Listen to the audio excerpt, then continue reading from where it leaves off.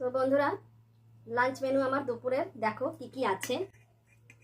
ভাত, ভেন্ডি ভাজা পেঁয়াজ দিয়ে কাঁচা লঙ্কা দিয়ে, এটা আছে নারকেল, কাঁচা নারকেল আর চিংড়ি, দেখো বোঝা যাচ্ছে কিনা জানি না, আর লতি লতি নারকেল চিংড়ি দিয়ে একটা ভাপা তরকারি আছে।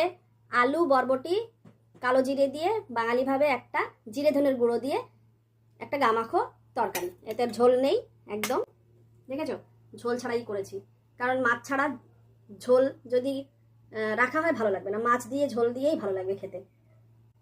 আর আছে শাক, তো শাকটা অনেকদিন পরে করা হয়েছে, একটু শাক নিই।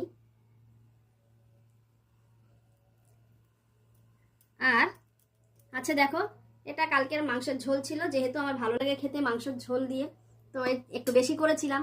আজকেও আছে, একটু ঝোল দিয়ে খাবো, কিন্তু তার আগে খাবো শাক দিয়েও খাবো না, আগে খাবো একটু টেস্ট করব, তোমাদেরকে বলি কেমন হয়েছে। চিংড়ি মালাই, সরি চিংড়ি নারকেল দিয়ে লতি দিয়ে। মেয়ে ওখানে মাথা নাড়ছে, কারণ মেয়ে অত পছন্দ করে না। আমি এটা দিয়ে খাবো। মেয়ে ঝোল দিয়েই খাবে, মাংসের ঝোল ওর ভিতরে আছে। আলু এক পিস, দেখো একদম গলে গেছে।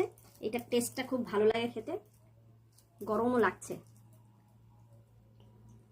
কেমন মাম খেয়ে দেখ, না দারুণ হয়েছে বন্ধুরা। আমি অনলি চিংড়ির টুকরোগুলো খাবো। না একটুখানি টেস্ট করো, চিংড়ির টুকরো তোমাকে দিচ্ছি। এটা বড় বড় চিংড়ি, একটু না।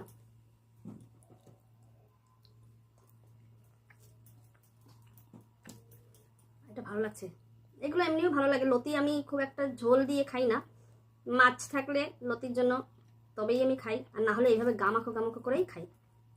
তো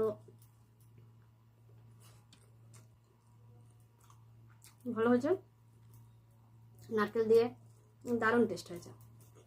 তোমরা এরকম করে খেতে পারো।